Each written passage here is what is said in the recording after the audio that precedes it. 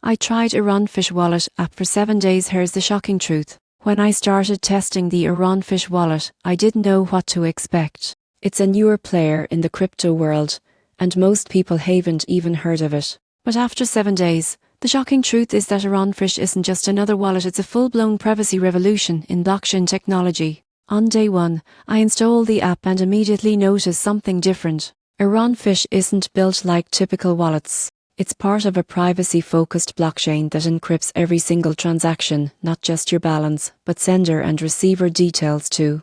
By day 2, I created my first wallet and sent a few test transactions. Everything was lightning fast, yet completely private. Unlike Bitcoin or Ethereum, where your transaction history is public forever, Ironfish hides it all by default. By day 4, I dug deeper into how it works. It uses zero-knowledge proofs, the same advanced cryptography used in Scash, meaning you can prove a transaction happened without revealing the details. That's powerful for anyone who values true digital privacy. By day 6, I realized Ironfish isn't just a wallet, it's a vision for a future where financial privacy is a human right. The user interface is clean, easy to navigate, and designed for both crypto veterans and newcomers. By day 7, the shocking truth was clear.